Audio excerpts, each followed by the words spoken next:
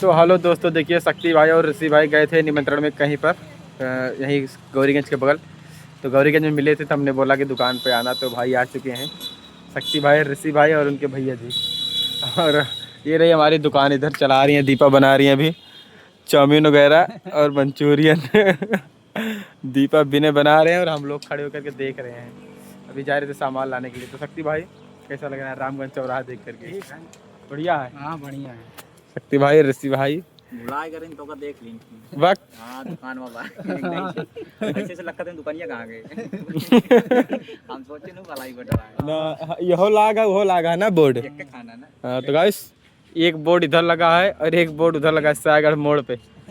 आप लोग आना तो ये ध्यान रखना, नहीं तो चले जाओगे सागड़ मोड़ पर। बताया था उनका कबाड़ी दुकान। देखा चाउमीन मंचूरियन शायद फिंगर रखा है। ये खा के ऑनलाइन पार्सल नहीं था, पार्सल नहीं ना, बहरहाल पैसा ऑनलाइन हो जाते बस, और उस व्यवस्था नहीं ज़्यादा। तो भैया अरे अब हल बुलाना घर, हम कहने की छोट की वीडियो बना ली, कम से कम आवा है तो कम से कम एक उतरा है।